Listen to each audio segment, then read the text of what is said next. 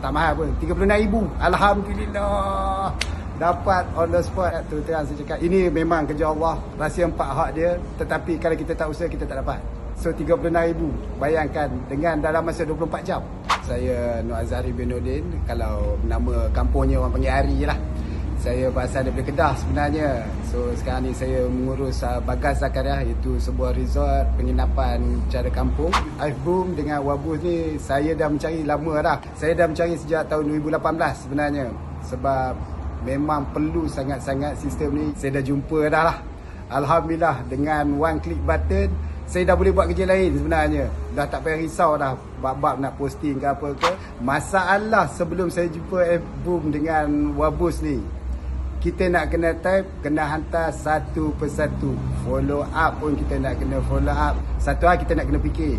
Lepas tu kita nak kena hantar ke satu grup. Itu tak baca lagi. Silap-silap kena flag dengan orang.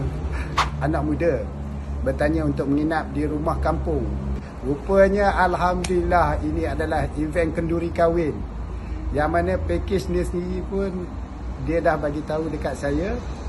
Package yang paling premium kami, iaitu berharga tak mahal pun, 36,000. Alhamdulillah. Dapat on the spot. So confirm sale 36,000. Terima kasih. Terima kasih sangat-sangat. Terus terang saya cakap, ini memang kerja Allah. Rahsia 4 hak dia. Tetapi kalau kita tak usaha, kita tak dapat. So 36,000. Bayangkan dengan dalam masa 24 jam dah dapat. Terima kasih sangat-sangat.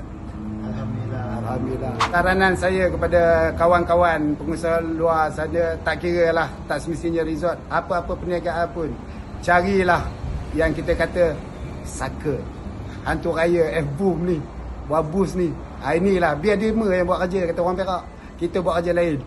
Satu butang kita dah boleh buat kerja lain. Tetapi dalam kita tengah buat kerja lain tu, akan ada sale dan inquiry yang akan prospek dah start mula masuk. Saya sarankan semua, siapa tak ambil, rugi cor. Thanks Solvi, it's the best. Thank you. I'm salute you guys. Terima kasih sebab tolong kami.